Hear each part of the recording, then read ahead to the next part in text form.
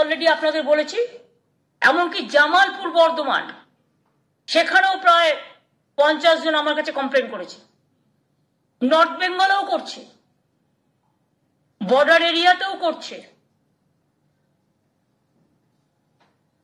দিদি সামনে যদি ইলেকশন, মানে যতদূর শুনতে পাচ্ছি যে ওয়েস্ট বেঙ্গলের জন্য শুধুমাত্র এই কার্ড করা হচ্ছে, ডিঅ্যাক্টিভেশন করা হচ্ছে, মানে হোয়াই অনলি বেঙ্গল, কি মনে করছেন? বেঙ্গল করা ভয় পায়, বাংলা থেকে বেশি সিটে জিততে হবে, তাই দাঙ্গা লাগাও, মিথ্যে কথা বলো, অপপ্রচার করো। আমি মিডিয়াকে রিকোয়েস্ট করব, প্লিজ বাংলাটাকে আপনারা ভালোবাসতে শিখুন। ওদের কথায় সব সময় কথা মেলাবেন না, অত ভয় পাবার কোনো কারণ নেই। Why Bangla is targeted always. আপনাদের কাছে আমি উত্তরটা চাইছি, আপনারা আমাকে কোশ্চেনটা করছেন, আমি আপনাদের কাছে উত্তরটা চাইছি। বাংলা কি দোষ করেছে, বাংলা কি অন্যায় করেছে যে বাংলায় সবকিছু কেটে দিতে হবে, বাংলার মানুষকে ভিক্ষাপাত্র নিয়ে দাঁড়াবে? কোনোদিন না। বাংলার নিজের পায়ে দাঁড়াবে, আর বাংলাকে স্বয়ং সম্পূর্ণ করে গড়ে তোলার দায়িত্ব আমাদের, যে কাজটা আমরা করছি এবং করব। আর ভোটের আগে যে চক্রান্ত চলছে, এই চক্রান্ত আমরা রুখবই। আর আমি মনে করি ইলেকশন কমিশন মাস্ট নোট।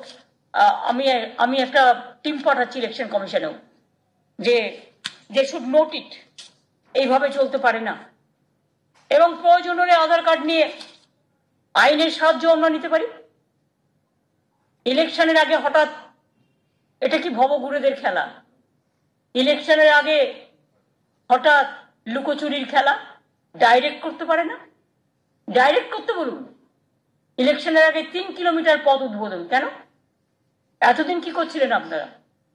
ইলেকশনের পর 2 বছর তো পাত্তাই ছিল না। কোথায় থাকেন আপনারা যখন বন্যা হয়, যখন ঝড় হয়, যখন জল হয়, যখন ফেস্টিভ্যাল হয়, যখন মানুষ বিপদে পড়ে?